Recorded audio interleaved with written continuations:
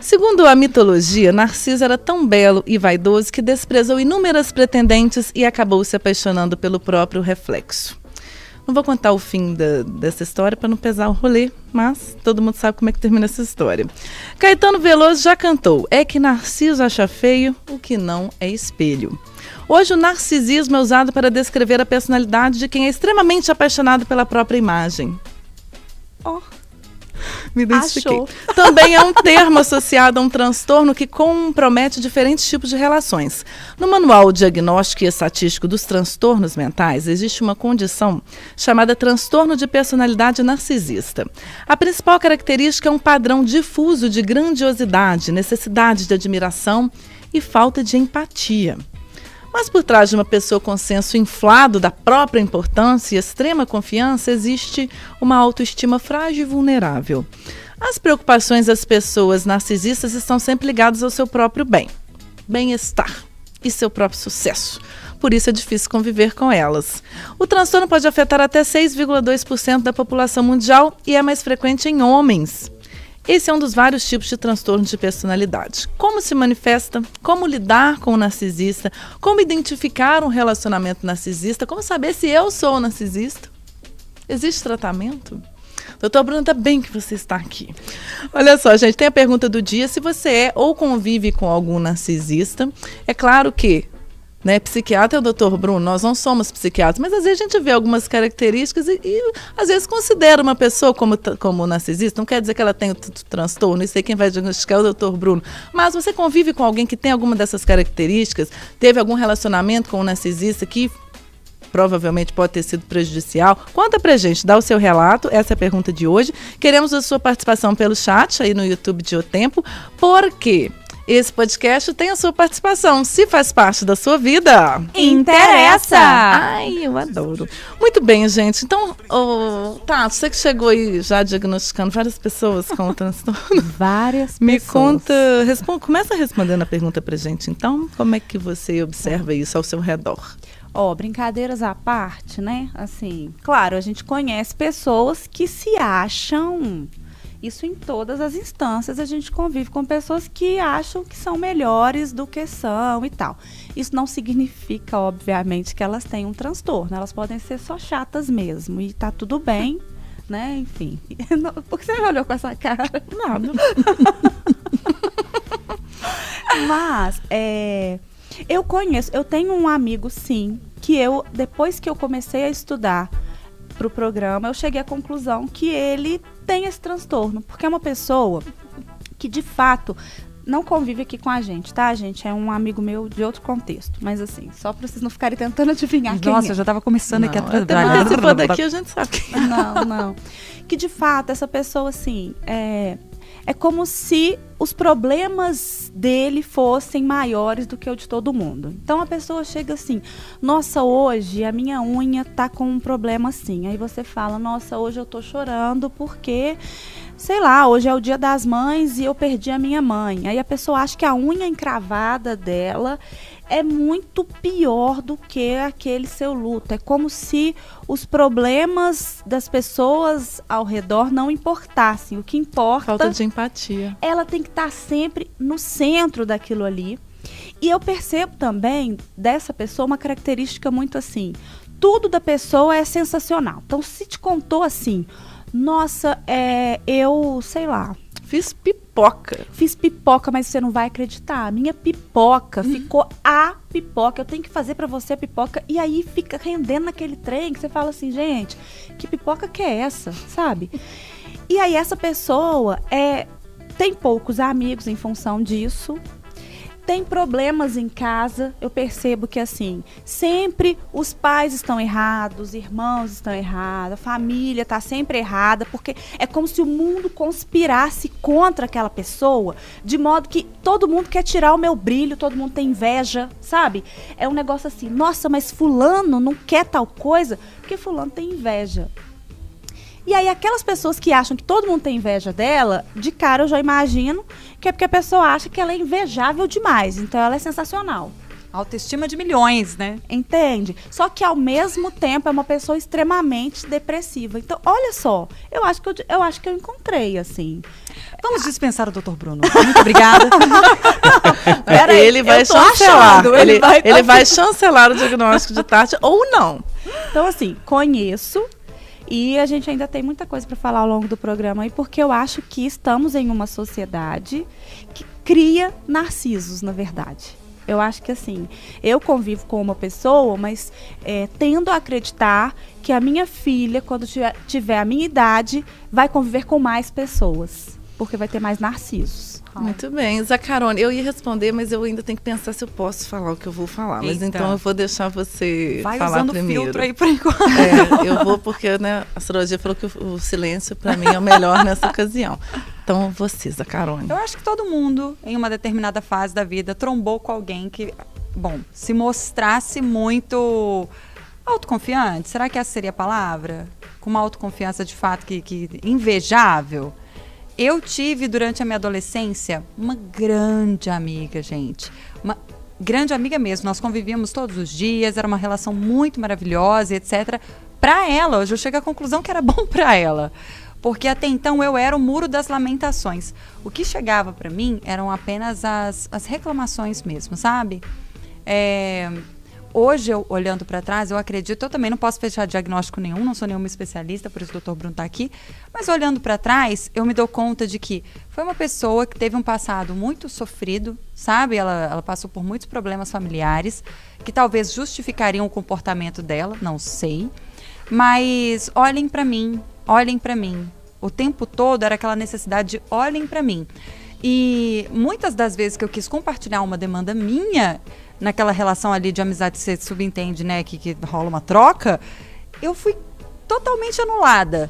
E aí eu levava as minhas questões e era tipo assim, nossa, hoje você não acredita, eu tava saindo de casa, dei uma ré ali errada, bati no poste. Mas você sabia que o poste daqui de casa ficou sem luz 3 dias. Era uma coisa desse nível, entendeu?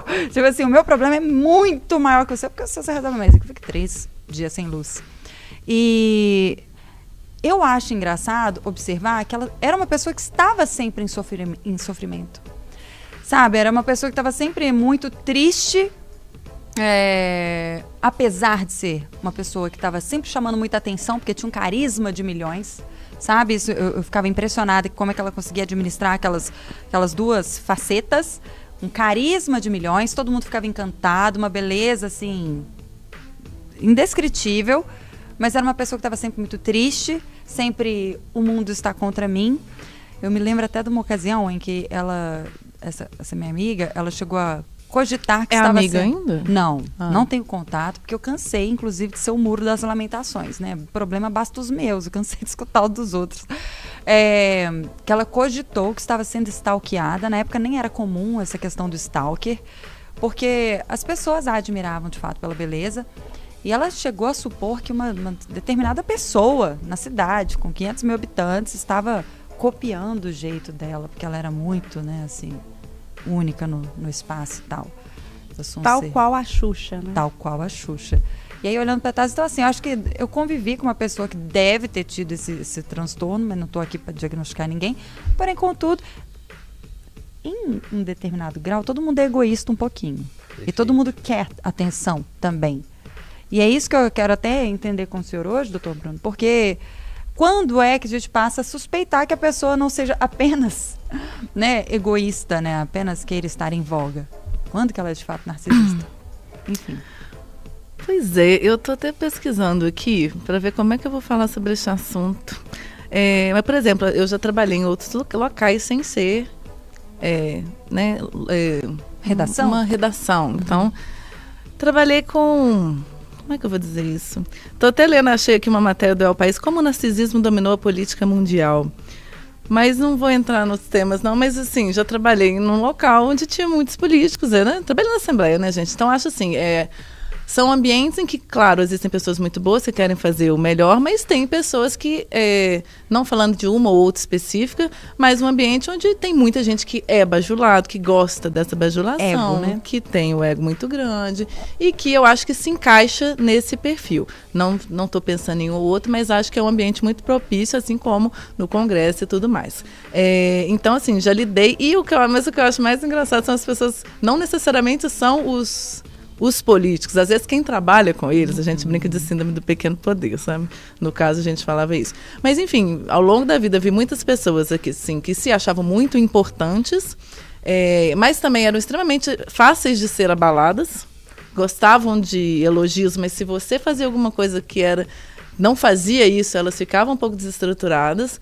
Então, noto um pouco isso, né, nesse nicho, vamos dizer, desse setor, nesse segmento, vamos dizer assim. Mas na vida real a gente tem demais, é o que mais tem. E assim, me chama muita atenção quando você fala da questão da inveja, parece que eles trabalham muito com essa questão da inveja, né? O Dr. Bruno vai explicar melhor pra gente.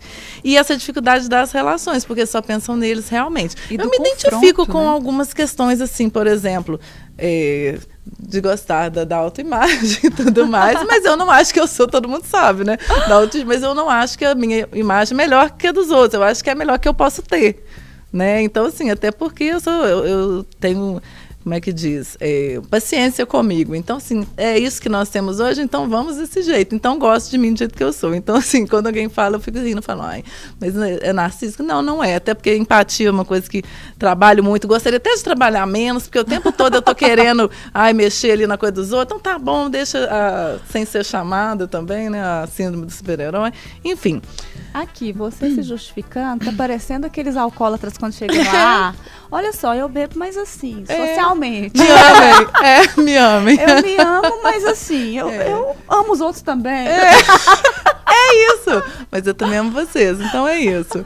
Vamos parar de falar de mim. Vamos me consultar agora com o Dr. Bruno. Mentira, vamos falar sobre tudo. Dr. Bruno, fiz uma lista, que é tanta coisa. Eu queria começar do início mesmo. Assim, a gente falou algumas coisas aqui, mas algumas coisas podemos estar erradas. Não somos especialistas. Quais são as características reais do narcisista? E já pode até chancelar ou corrigir uma de nós aqui. Chancelar ou corrigir. Porque somos meras espectadoras, né, da vida. Mas eu acho que as duas, elas falaram praticamente todos os critérios diagnósticos, elas citaram na amiga, né? As duas amigas aí, né? Um é um amigo, perdão, um amigo e amiga, né? E você finalizou talvez com a parte da definição do narcisismo, porque assim, as pessoas têm uma tendência de achar que narcisismo é algo assim, eu sou ou eu não sou, eu tenho ou eu não tenho. Né? É isso que a gente está discutindo aqui, é o transtorno de personalidade narcisista. Você citou aí uma referência de 6%, mas isso varia muito de estudo para estudo. Tem estudo que fala de 2%, 3%, 5%. Mas o narcisismo subclínico, essa prevalência ela vai até aumentar, em torno de 10%. O que seria esse narcisismo subclínico? Ele não configura um transtorno de personalidade, mas tem algumas características de grandiosidade, gostar da autoimagem. E todos nós aqui, temos um traço de narcisismo. Ele pode estar exacerbado ou não, e a depender de um contexto também. Às vezes você chega num contexto que você fica um pouco grandioso, se achando ali e tal, mas aquilo não vai perdurar por muito tempo, se não configura um transtorno de personalidade narcisista. O transtorno de personalidade narcisista em si, são todas essas características que as duas citaram aqui, que a gente pode falar depois de uma forma mais, detalhar um pouco mais isso, mas de uma forma intensa, duradoura, persistente, enraizada. Olha, as duas escreveram aqui, o amigo e a amiga, algo que está assim, o dia inteiro assim, né? Não é um dia a Renata chegar aqui na rádio e falar, gente, eu sou a melhor apresentadora e tal, e no outro dia ela já mudou. Ela faz isso todo dia, né? Tá? Não se engane, então... Mentira, gente, eu não trabalho domingo. Né? Mas assim, o narcisismo é um traço de personalidade, que quando ele se torna duradouro, intenso, aí a gente está falando em transtorno. E mesmo dentro do transtorno, a gente pode ter aquelas pessoas que se acham um pouquinho mais arrogantes, um pouquinho mais altivas, que se acham um pouco melhor do que os outros, até aquelas que se tornam extremamente agressivas, ofensivas, às vezes até, inclusive, não raramente, praticando até diversos tipos de crimes, às vezes contra a mulher, crimes raciais, crimes de homofobia, enfim. Tem aquela convicção de que ela é tão grande, que ela até vai para um polo que até extrapola, entra até num aspecto criminal também, né? É justamente porque ela tem dificuldade para lidar com alguém contrariando ela? Sim. Se ela se vê numa posição de superioridade? Sim, e aqui é importante a gente falar o seguinte, quando a gente está falando sobre um transtorno, a ideia, uma coisa que é muito falada hoje, ela vai colocar a culpa no transtorno e vai atenuar, o fulano fez aquilo, não é justificando, mas é entendendo muitas vezes uma característica, não é concordando com aquilo, mas buscando entender que dentro desse transtorno, assim como no transtorno de personalidade antissocial também, a gente vê isso, né? Características do transtorno muitas vezes fazem com que essas pessoas até pratiquem certos crimes, o que não justifica, tá, gente? As pessoas têm muita dificuldade de entender isso. Quando a gente está estudando comportamento humano, a gente observa algumas coisas, você fala, não concordo, tem que prender, aí já é da esfera da justiça, mas a gente observa isso sim.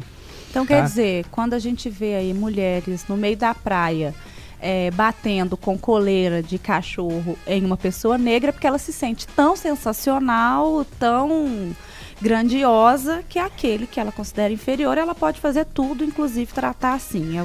Isso não e aí, como você está bem pontuando, isso não significa que ela não deva pagar por aquilo, só está tentando buscar uma possível causa para aquele descontrole. Comportamento. O primeiro ponto aqui, esse caso que você está relatando, primeira coisa, ela cometeu um crime, total, ela tem que pagar, no uniforme, a gente tem que justificar isso. Não sei a situação psíquica mental dela para falar, olha, ela é narcisista, ela é aquilo, mas a gente percebe que esse comportamento, porque assim, o traço narcisismo, basicamente, ele é o quê? É a pessoa que ela tem uma sensação, um sentimento de autoimportância e ela desconsidera as necessidades dos outros.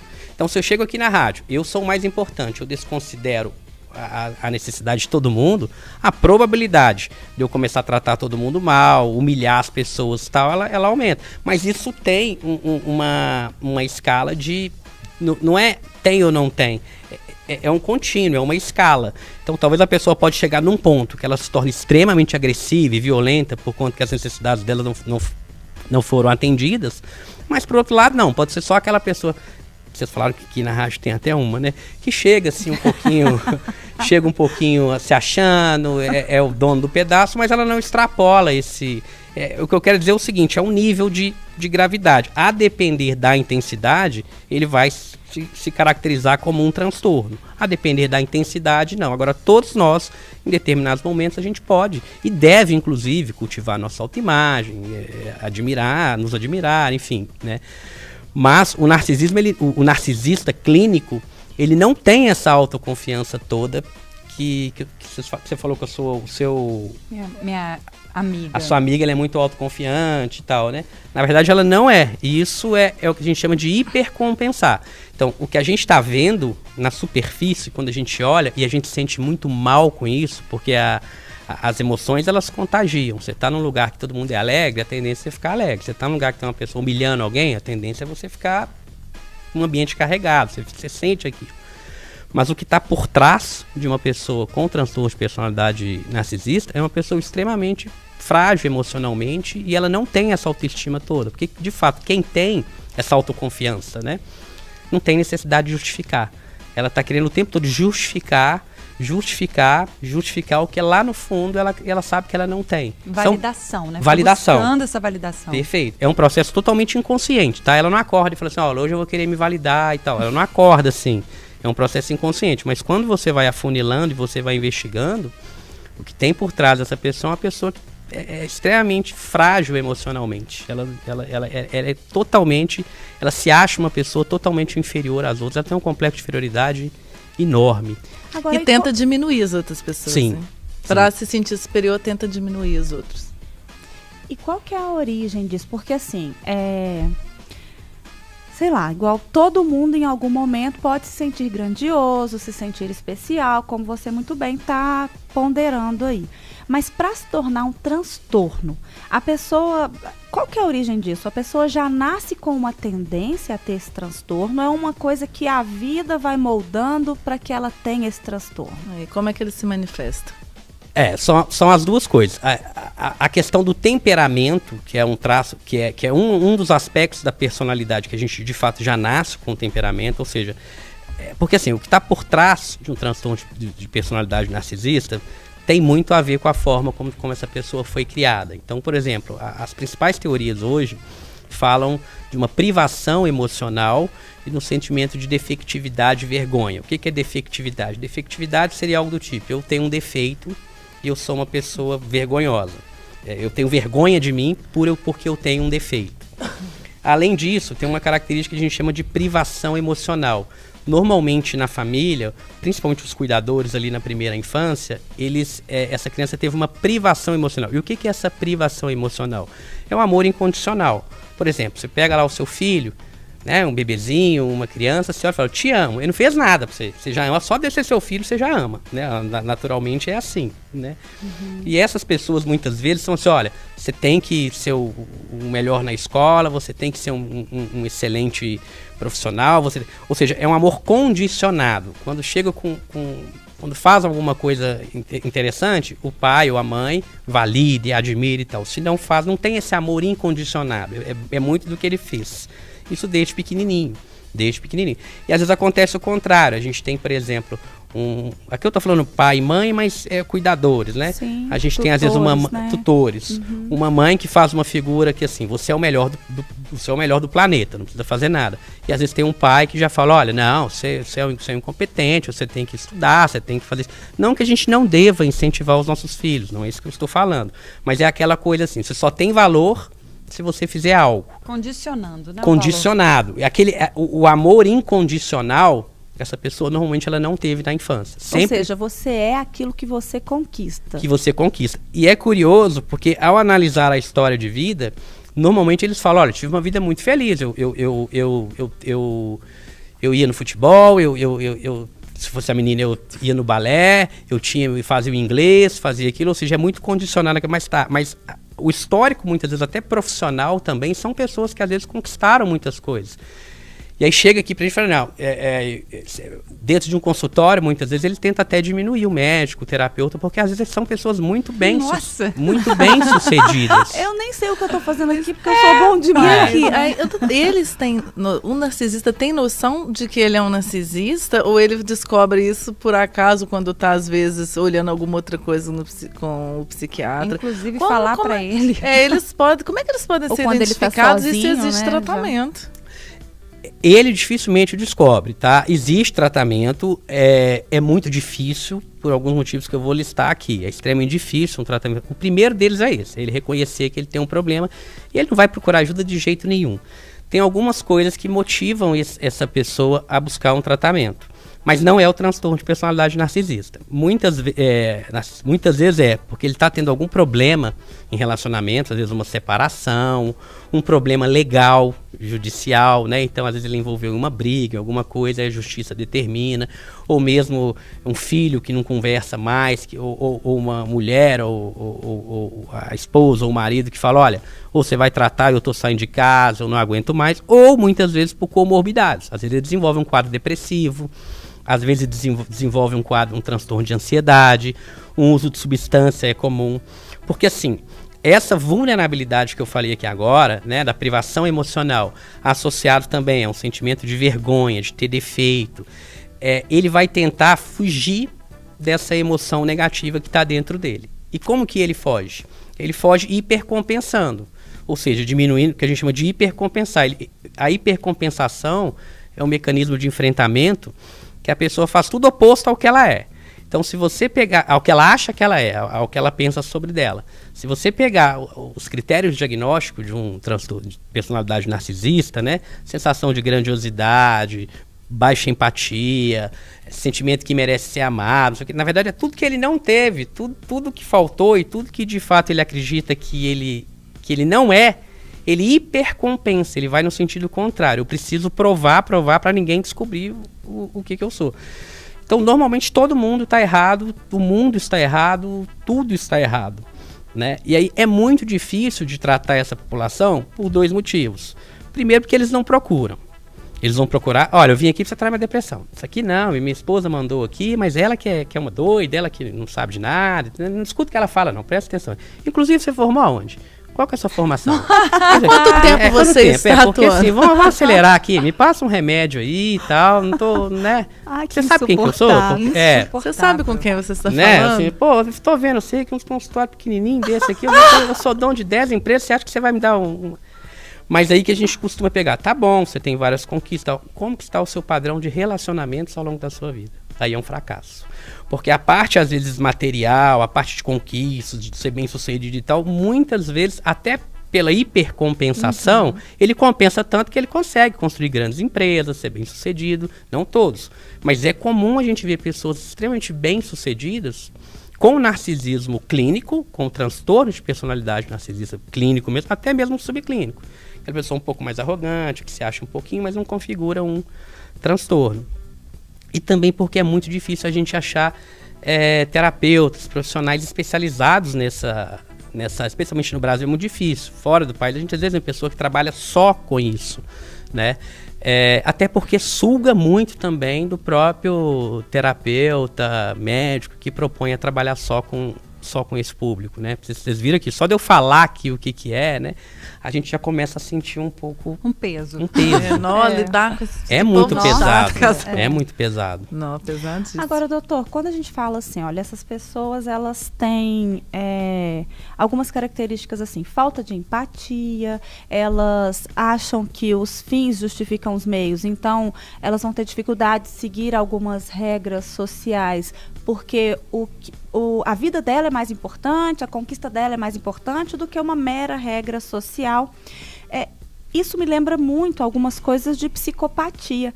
Esse transtorno flerta com a psicopatia? Qual que é o ponto pela falta de empatia, convergência e divergência desses 2 transtornos? Esses 2 transtornos, eles estão colocados dentro da mesma categoria. Assim, a gente tem os transtornos de personalidade, de modo geral, eles são classificados em categorias, que eles chamam de cluster A, B e C, né? O transtorno de personalidade narcisista, ele está dentro de uma categoria que a gente chama de cluster B. Junto com ele a gente tem o transtorno de personalidade narcisista, o transtorno de personalidade borderline, o antissocial, né, e o histriônico. Desses 4, a principal característica são transtornos externalizantes. Ou seja, o que é externalizante? Eu externalizo o que eu sinto, eu afeto muito quem está próximo. Por exemplo, o cluster C, são o que a gente chama de os medrosos, vamos dizer assim, são os pacientes mais tímidos, mais ansiosos, personalidade anancástica, os mais obsessivos, personalidade evitativa. As pessoas, elas têm um padrão de funcionamento disfuncional que gera um sofrimento, mas gera um sofrimento muito mais para elas internalizantes. O antissocial e o narcisismo são transtornos externalizantes, ou seja, além de eu sofrer, eu provoco sofrimento nos outros. Então, uma definição geral de transtorno de personalidade é essa. É um transtorno que faz que a pessoa sofre, mas ela também provoca sofrimento nos outros. E ao estudar isso e ao falar sobre esse transtorno, o simples fato de eu falar que um narcisista ele sofre, e de fato ele sofre muito, mas eu tenho certeza que quem está ouvindo a gente aqui agora, não, aquela pessoa é um monstro, aquilo ali não sofre, como que pode fazer aquilo? Porque de fato a pessoa ela tá contaminada ali por aquele polo emocional, e a gente até entende. Mas se a gente analisar de uma forma mais técnica, mais científica o problema, a gente vai ver que ele sofre muito, sim, e justamente por ele ter sofrido muito, por ele ter uma infância com uma série de privações emocionais, ele acaba... É como, na verdade, gente, é como se ele tivesse que descontar uma nota promissória com pessoas que não tem nada a ver com isso.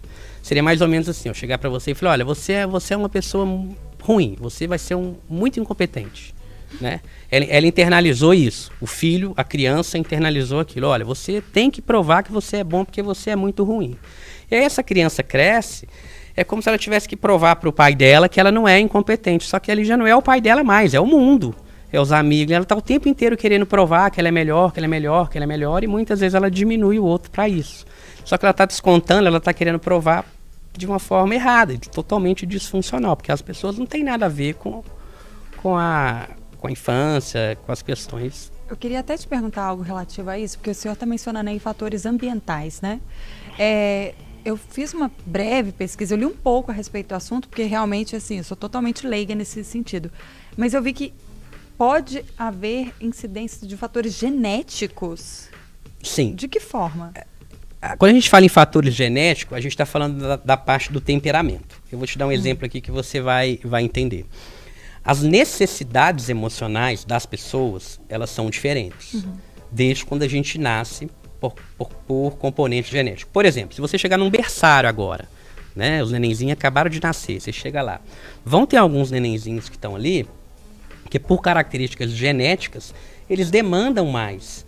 Talvez a cuidadora chegou ali e está dando um pouquinho de atenção, vai embora, o neném já está dormindo. Um outro, talvez, a cuidadora sai, ele já começa a chorar. Mesmo se a gente cronometrar no relógio, talvez, olha, esse aqui teve 5 minutos de atenção e esse aqui teve 5 minutos de atenção, talvez a necessidade desse aqui é maior. Então, quando eu falava, por exemplo, da questão da privação emocional, e aí é um ponto importante para a gente também já não sair culpando pais por aí, meu pai, minha mãe, não sei o que, também muitas vezes eles não tiveram culpa, porque eles também, isso muitas vezes é transgeracional.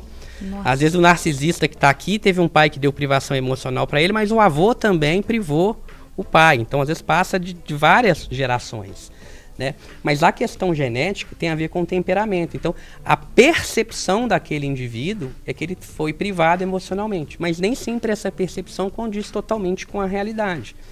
Isso explica, por exemplo, por que 2 irmãos, às vezes criados de uma forma mais ou menos igual, por que se fosse só o ambiente, teoricamente, todo narcisista teria, o irmão também teria que ser.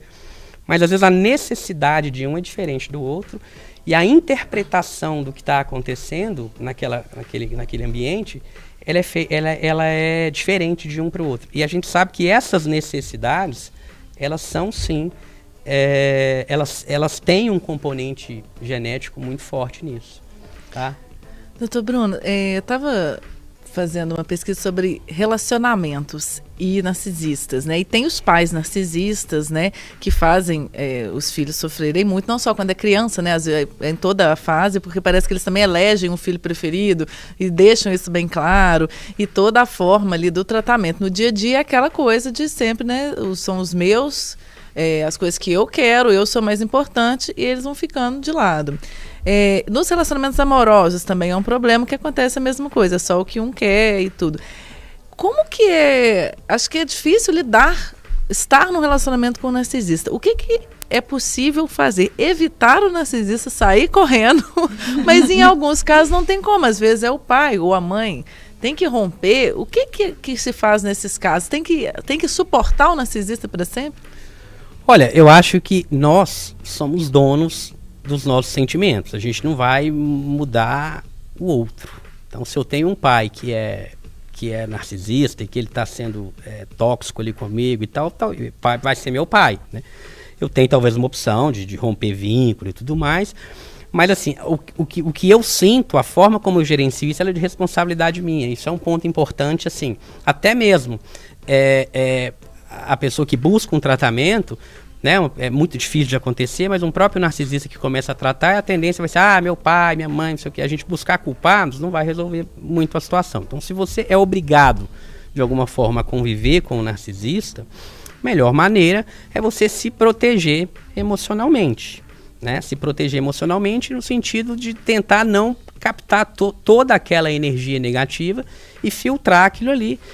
E, de uma certa forma, você poderia até tentar usar algumas estratégias que não validar tanto esse ego, que já é um ego fragilizado, você não validar tanto isso, mas partir para um combate costuma não ser uma boa estratégia. Agora, é muito frequente, e triste, né? O padrão do narcisismo, muitas vezes ele vai se relacionar com pessoas que já têm um padrão oposto, um padrão de vulnerabilidade e subjugação. E a gente vê vários relacionamentos abusivos por conta disso. Porque normalmente o narcisista ele não vai se relacionar com o outro por muito tempo. Um começou a hipercompensar de um lado, o outro hipercompensa de outro. Pode ter finais trágicos, às vezes até de um matar o outro, enfim.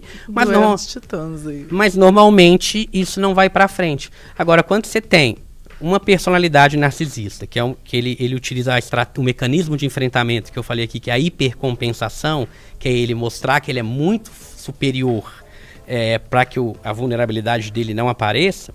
Tem um outro mecanismo de compensação, que é o de subjugação. A pessoa, para evitar conflito, ela aceita tudo calado. Aí ela resigna.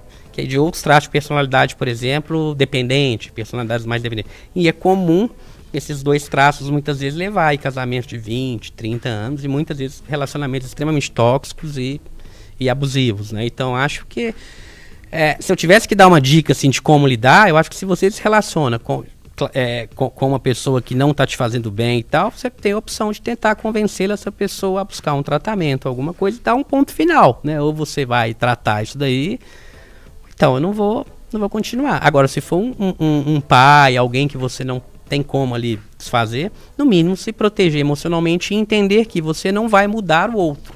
Você vai ter que sim aceitar que o outro é daquele jeito, mas se proteger emocionalmente, né? Não tentar não ser tão afetado, o que não é fácil, tá? Talvez você vai precisar também de uma ajuda psicoterápica, alguma coisa nesse sentido, porque realmente a própria definição é sofre e faz sofrer. Um ambiente muito carregado, muito pesado, conviver com pessoas que têm um narcisismo clínico, tá? Que tem um transtorno de personalidade. E quanto mais próxima a pessoa mais ela sabe das fragilidades do outro, né? Então o narcisista deve ter ali, né, sabe o que o calo ali, né, o calcanhar de Aquiles de quem está ali, e numa hora que vai numa discussão joga na cara que a pessoa poderia ter, já sei, lá vem narcisista, vou abandonar, mas aí vem logo aquelas coisas que mais incomodam, né? Sim, já sabe a ferida, sabe onde dói, né? Manipulação, perfeito. Agora, doutor, tem um recorte nas pesquisas que mostra que a maior parte das pessoas que têm esse transtorno são homens. A gente pode dizer que é porque a gente vive em uma sociedade... Isso eu fiquei viajando, tentando achar uma justificativa. Né? Porque a gente está em uma sociedade que realmente os homens são criados desde o início para serem os tais, né? Você precisa bancar a sua família. Mulher é assim, a gente vai para o mercado, as pessoas pensando assim, o que você conseguir tá bom, porque o marido é que em tese, né? Assim, a gente vive em uma sociedade, né, que apesar da maior parte das mulheres sustentar seus filhos sozinhos, as pessoas ainda acham que o que a mulher faz é lucro e que o homem tem que estar no topo da cadeia alimentar. É isso que torna os homens mais narcisistas? Eu acredito que sim. Tá? Talvez pesquisas mais para frente, daqui a 10, 15, 20 anos, talvez isso está mudando e a gente ainda não sabe. Mas até por conta, assim, as pesquisas normalmente pegam a pessoa nessa faixa etária de 20, 40 anos, né? Ou seja, há 20, 30 anos atrás, né, os narcisistas de hoje, crianças, eles foram muito mais expostos a essa pressão, a essa cobrança do que as meninas. Então, acho que em partes isso pode explicar sim.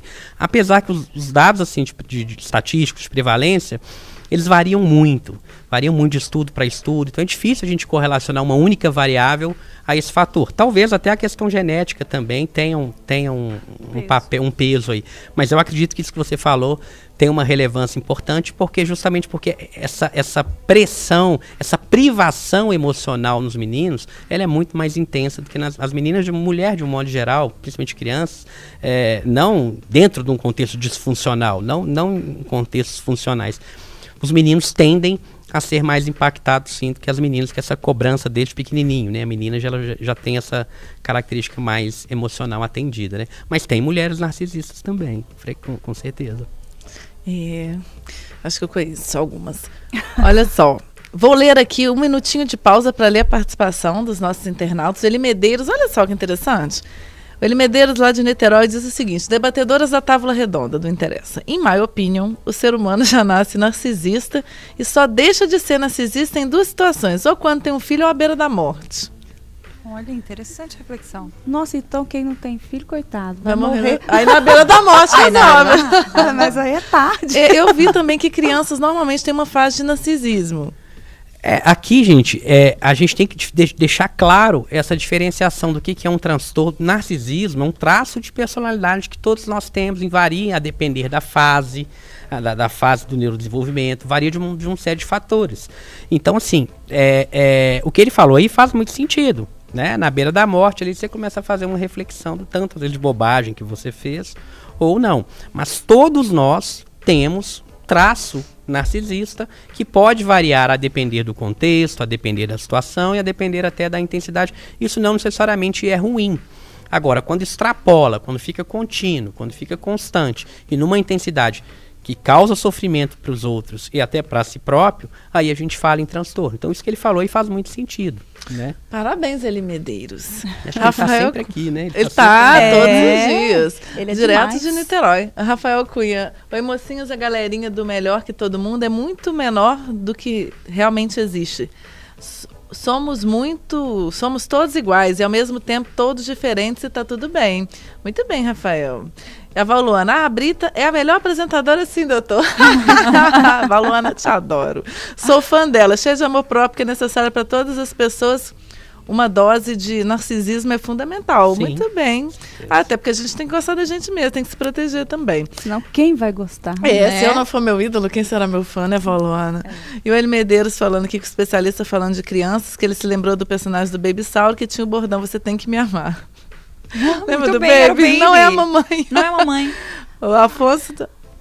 Pode falar? Eu acho que é interessante, né? O Baby, né? Isso. Tem que me amar, tal. Talvez ali já tá pedindo, talvez que tinha uma certa privação emocional ali, né? Eu não lembro muito bem da... Ai, não, é ótima Família Dinossauro, super atual. Assistam. Atual. Há 30 anos a gente Super assistia. Os debates são assim, vou te mandar um episódio. É tipo o Pequeno Príncipe, né? Eu Tem um 80 episódio anos, né? que o Dino vai jogar a sogra no poço Mas- de bicho. Chega lá, ele não tem coragem. É essa ideia mesmo de você tem que me amar, eu acho que resume bem tudo isso que a gente tá falando aqui, né? Você tem que me amar, olha como é que eu sou bom, como é que eu sou bom, eu sou melhor, então você tem que me amar. E o porquê tem que amar, né? Porque o amor é isso, você conquista, né? É, O porquê a pessoa não se preocupa, É né? a condição. é a condição. O Afonso do Abraço de Sabará. Esses tipos de pessoa eu não ligo. Quando me fala uma coisa, entra no ouvido e sai no outro. É natural. Mais ou menos, Afonso, tem gente que liga. Porque né, é difícil também até você descobrir que a pessoa não é todo mundo também que já chega de cara, né? A gente vai descobrindo no dia a dia. A Cátia Oliveira Lima dos Santos. Oi, menina, será que 2 narcisistas podem se casar? Será que pode dar certo? Cátia, o doutor já falou, mas se puder só resumir para ela. Olha, poder pode, né? Mas o que a gente vai observar na imensa, assim, é que é uma correlação estatística. Tudo tem exceção, né?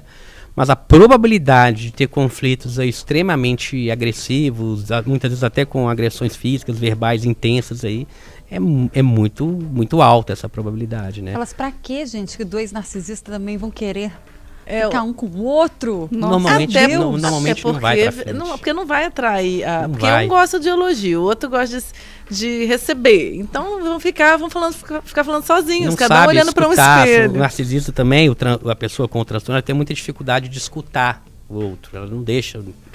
Ela fala dela, mas na hora que o outro vai falar alguma coisa, ele Era assim que eu não me sentia consegue com a minha escutar, amiga. não escuta. Né?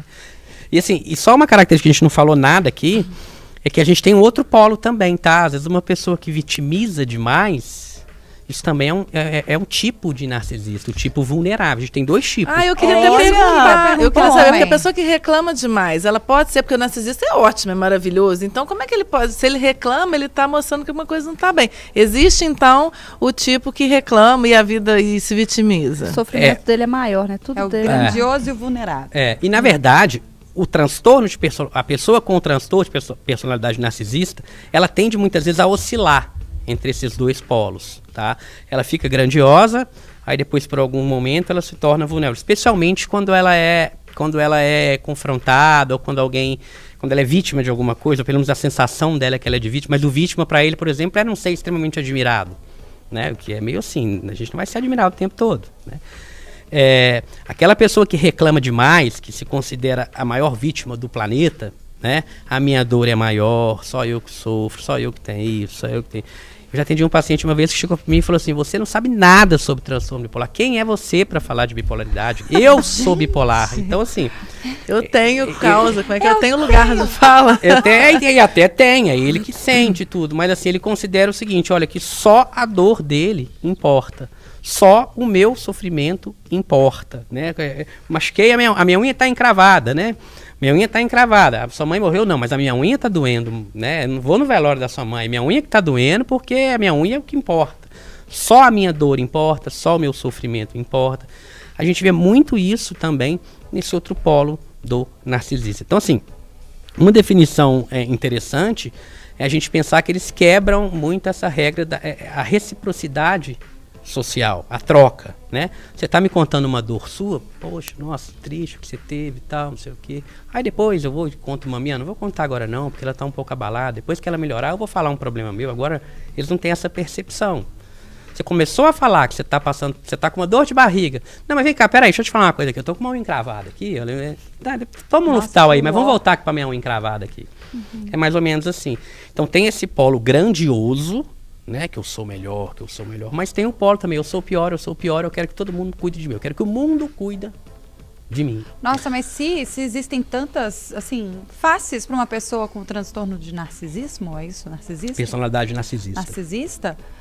Pra gente que convive com pessoas que oscilam dessa forma, deve ser muito difícil identificar com a pessoa. Mas e no consultório? Porque eu ia falar assim, no você trabalho, assim, é fácil da gente identificar, porque não sei se... Acho que no convívio, assim, familiar ou social de amigos, assim, as pessoas se expõem mais. Mas no trabalho, acho que pode ficar um tempo camuflado, não? Fica um tempo camuflado, mas começa a ficar um ambiente tóxico, né? É um ambiente tóxico. Porque, assim, a gente tem que entender o seguinte...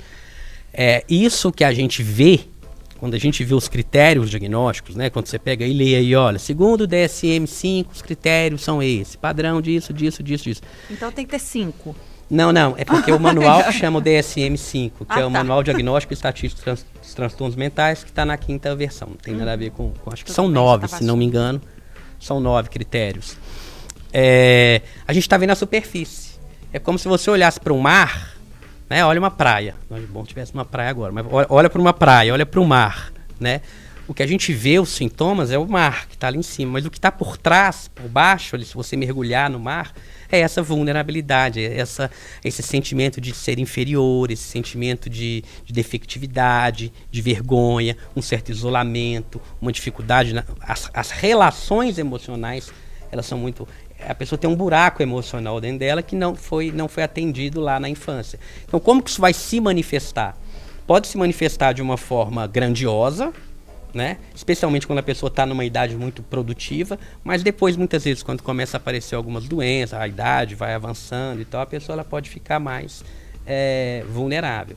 Então, assim, eu até acho isso interessante, às vezes a gente treina alguns psicólogos, terapeutas, assim... o público leigo geral achar isso, ter essa postura mais agressiva, igual algum ouvinte falou aí, né? Eu não dou nem conversa para narcisista e tal. É aceitável porque realmente fica um ambiente muito pesado. Mas para um profissional da saúde, a gente tem que olhar abaixo desse oceano, o que está lá por baixo. E o que está por baixo é sim um sentimento muito grande de defeito e de vergonha.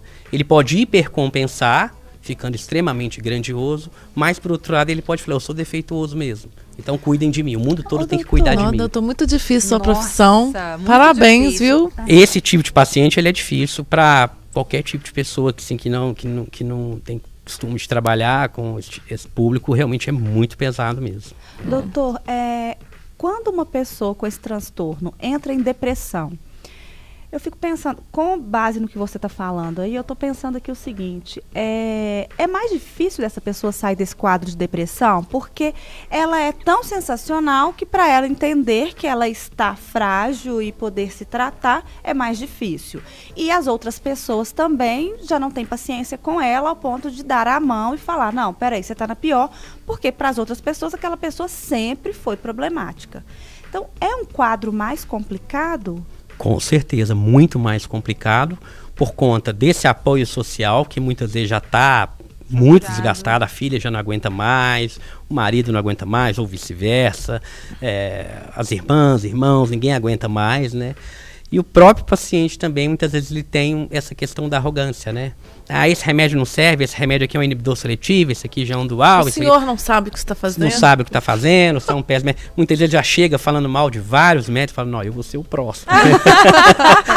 Já, psicólogo para mim não serve para nada, terapeuta não serve para nada, você também, não, você por enquanto serve, vamos ver até quando.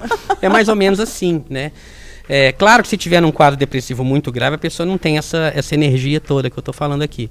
Mas é sim muito dificultado porque os relacionamentos, de um modo geral, eles são muito úteis. É uma grande ferramenta que a gente tem para tratar. Se você tem uma depressão, transtorno de ansiedade, você tem uma rede de apoio muito sólida, né? É mais fácil. E eles, normalmente, isso aí está muito fragilizado. As famílias, os amigos, ninguém está aguentando mais. Muitas vezes... acabam muitas vezes até sozinhos mesmo, assim, ninguém aguenta conviver por muito tempo, né? Mas no meio geral, fora das pessoas que convivem no dia a dia, muitas vezes são pessoas extremamente simpáticas, agradáveis e tal, mas a convivência íntima mesmo se mostram mais vulneráveis. Nossa. Doutora Priscila Teixeira está dizendo o seguinte: ter uma mãe ou um pai narcisista é muito complicado. Eles acham que é um direito deles por ter nos dado a vida. E só cabe a nós, filhos, aceitarmos por gratidão. Apanhei demais a minha mãe psicologicamente. Então, a Priscila, pelo jeito, tem uma mãe narcisista, segundo ela. E o Flávio Alves Paixão pergunta: acho que perdi um pouco o fio da meada. O narcisista é necessariamente uma pessoa bela ou também pode ser um traço que alimenta o transtorno? Não, filho, pior, ele se acha bonito, ele gosta, porque pode ser o mais feio do mundo, mas ele está se achando bonito. Ou não se acha, pelo que o doutor falou, né? A pessoa faz uma insegura, casca, né? De quê? Mas não Mas necessariamente de si ele gosta, não é? Na verdade, não é um processo tão consciente, não. Ele até às vezes se acha mesmo, mas de uma forma inconsciente tem esse sentimento de defectividade, né? Que a gente chama de um esquema mental, não é nem sentimento. Um esquema, na verdade, é o que eu penso de mim vinculado a uma emoção. Só que, gente, a privação emocional, que eu falei lá, muitas vezes ela é adquirida numa fase pré-verbal. É uma memória emocional. Sim. A pessoa não consegue nem verbalizar aquilo, ela só sente. Então, não tem tanta clareza. Se você conversar com ele, não, sou bom mesmo, sou bom, ele mesmo acha que é bom. E às vezes ele se acha bom, mas não bonito, né? Tipo assim, acho o demais no trabalho, sei lá, né? Pega uma característica que ele se destaca. Mas costuma se achar em quase tudo. Acha, você vê cada filme, achando que é o Brad Pitt, que só pode ser narcisismo. Tem uns, gente. Ai, gente, brincadeiras à parte, né? A gente tem que se gostar da forma que a gente é, né? Mas não precisa achar que é melhor do que os outros. É sobre isso que eu tô falando. Doutor, tô chegando ao fim, tá tão bom. Deixa eu fazer mais uma pergunta. Que é porque eu comecei falando, problematizando como que vai ser para as próximas gerações em função da internet. Eu perguntei isso porque tem uma pesquisa. Olha só, foi feita uma pesquisa que mostrou que a presença nas redes aumenta em 25% traços de narcisismo. E aí, essa geração que está nas redes, né, e é quase uma obrigação para os meninos mais jovens, as redes sociais, eles tendem a ser mais narcisistas mesmo, e por quê, enfim. Mas aí entra a questão do traço do transtorno de novo? Entra a questão, se não me engano, essa pesquisa acho que é de uma de 2018. Isso, foi feita no Reino Unido. Em 2018, não é? Exato, com pessoas entre 18 e 34 anos. Isso aí é uma pesquisa que mostrou o traço de personalidade narcisistas, o narcisismo subclínico, aquele que eu falei lá, que tem em torno de 10% da população, correlacionou com o número de fotos postadas por dia. Então, assim, pessoas que postam muita selfie, foto e tal, tem uma tendência maior, é uma tendência estatística, tá? Não é quem tá em casa vendo, ai meu Deus, eu posto 5 fotos por dia, quer dizer que eu sou narcisista? Não. Talvez. Existe uma correlação estatística entre essa necessidade de postar likes, lives, curtidas com o traço de personalidade narcisista. Isso é um pouco perigoso, porque quando esses likes não vêm, aí ela pode pular para o outro polo, aquele polo da vulnerabilidade. Então, um rapaz postou lá uma foto musculoso, a menina uma foto de biquíni e tal. Beleza, teve um tanto de like, ela se sente bem. A idade vai passando, a pessoa às vezes começa a não ter tanto like mais, ela pode pular para aquele polo ali de vulnerabilidade, aí pode até evoluir para um quadro depressivo. E sim, existe uma correlação muito forte entre a internet porque a internet é uma vitrine, né? Então, se eu tenho essa necessidade de admiração, eu vou estar o tempo todo postando ali para quê? Para me ganhar essa... E ali eu posso me maquiar e pôr o cenário ali do jeito que eu... Ali é o prato perfeito. Tem. Tem cura. Mas é muito difícil. Eu sei que quase todo mundo que me escutar falando isso aqui vai falar que não tem. A gente vai ver muita gente falando que não tem. Mas, por exemplo, uma das maiores pesquisadoras do narcisismo, que é a Wendy Behind, ela fala em cura, sim, mas é extremamente difícil, muito difícil, justamente por esses motivos que eu falei. Primeiro deles, a ausência de terapeutas especializados. É muito difícil você achar uma pessoa que sabe, de fato, tratar o transtorno de personalidade narcisista e que se dispõe a tratar, porque demanda muito recurso, muito difícil. Coitado do terapeuta, difícil, né? E também porque a maioria deles não procuram de forma direta, ou quando procuram, é para tratar as consequências do narcisismo e não o narcisista em si. Vai tratar uma depressão, uma ansiedade, uma dependência química, ou mesmo problemas judiciais, ou mesmo porque o casamento está acabando. Enfim, tem e não tem. Teoricamente tem. Com ressalvas. Teoricamente tem. Tem vários relatos na literatura de pessoas que se curaram, mas é muito difícil, é extremamente difícil. Mas pode melhorar, pode tentar dar uma controlada. Pode. Olha só, eu tô te falando isso porque o Carlos Eduardo, é a última pergunta, ele tá mandando o seguinte, diz que tem um filho com transtorno de personalidade narcisista, com perfil vulnerável, que ele tem 23 anos, por causa disso controla a mãe e tenta afastar o pai da mãe. O que deve fazer? Olha, eu acho que aí ele tem que buscar uma ajuda profissional, né? E é interessante ter em mente que o tratamento não é um tratamento medicamentoso. O tratamento aí, a gente vai tratar com medicamento se tiver comorbidade. Tem uma depressão associada, tem uma ansiedade associada, mas o tratamento para o transtorno de personalidade narcisista é um tratamento psicoterápico. Ixi, aí ficou difícil, porque remédio é ótimo. Você vai a abordagem psicoterápica que tem maior evidência para esse perfil de paciente é o que a gente chama de terapia do esquema, que vai justamente suprir aqueles buracos emocionais lá. É possível fazer isso em terapia, mas tem que procurar um bom terapeuta, especialmente a abordagem da terapia do esquema é a mais recomendada para esse perfil de paciente. Muito bem, Carlos, então você prestou atenção, não buscar uma ajuda especializada, como é que é o nome aí? Terapia do esquema é a que tem mais evidências aí para esse tipo de transtorno. Terapia do esquema e boa sorte para você. Gente, chegando ao fim, foi muito bom, volte sempre, viu, doutor Voltarei Bruno? Quando me convidarem, o prazer foi todo meu. Tá convidado, amanhã pode voltar. Tô brincando, a gente dá um tempinho, até porque tem as suas consultas, você tem que trabalhar também. Gente, então nós recebemos o doutor Bruno Brandão, psiquiatra. Seu Instagram? É @BrunoPsiquiatra. Pode seguir, gente, tem muitas dicas, muita coisa bacana lá pra gente. Eu sou lá fiel seguidora também, acompanho algumas lives. Tem dia certo as lives? Toda segunda-feira, às 20 horas. Muito bem, foi ontem, segunda-feira que vem. Tati, considerações finais? É até difícil, né, fazer consideração depois de tudo que o doutor falou. Vou ficar narcisista aqui, se parecer que eu sei alguma coisa, né? Agora a gente sabe. Eu sei se eu repetir tudo que ele falou, né? Mas assim, basicamente, o que eu tô percebendo aqui a gente tem que se observar mais, né? Entender se o seu comportamento está sendo tóxico.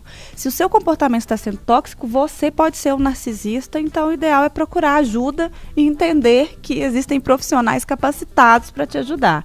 E se estiver convivendo com alguém com esses traços, tentar dar um toque, né? Fulano, você está meio insuportável, vamos tentar ajuda? E, caso contrário, sai de perto, foge que é fria, porque se falar que você tá meio insuportável, eu acho que não vai ser legal. Então, dependendo do nível de amizade. Quando você falar isso. Cuidado. Dependendo do nível de amizade, rola. Eu falo com os meus amigos, você tá chato. Se você tá achando também que tudo é sobre você presta atenção, porque essa é uma das primeiras coisas que a gente aprende em psicologia, até pra gente se sentir melhor, nem tudo é sobre você. E ainda bem que não, né? Graças a Deus. Então, isso pode ajudar a gente a viver melhor e o próprio narciso, ou narcisista. Ou aí quem tem um transtorno já é indicação médica mesmo. Você, minha cara, Zaca Woman. Vamos nos observar, né? Vamos ter cuidado ao falar com o outro. Não chega falando que tá insuportável, não, que você corre risco, tá, gente? O doutor deixou muito claro. Mas gostem da sua imagem, sejam felizes com vocês mesmos, não confundam os traços do narciso, né? De gostar da própria imagem, de gostar de si, com amor próprio, né? né? E nós temos que ter o nosso amor próprio, né? E não confundir aí já com a parte do transtorno e tudo mais. Gente, foi ótimo. Muito obrigada a todos. O Interessa Podcast chega ao fim neste momento. Você confere esse episódio também no Spotify. Estamos também no YouTube de O Tempo, na FM O Tempo 91.7. Hoje é terça, hoje tem jogo após, então, a Jornada do Tempo Esportes. E siga nosso Instagram, @Programa Interessa. Lá no link da nossa bio tem todos os episódios, tá? Que estão no YouTube também. Daqui a pouquinho a gente disponibiliza este link no Stories lá do nosso @Programa Interessa. Até a próxima. Beijo. Tchau. Tchau. Tchau.